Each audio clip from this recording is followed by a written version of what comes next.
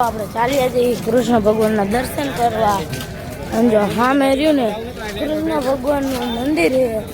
અને જો સામે મંદિર છે લાઈન ટેટ અહીંયા છે જો મંદિર ક્યાં છે મિત્રો લાઈન કેટલી લાંબી તમે જોઈ લો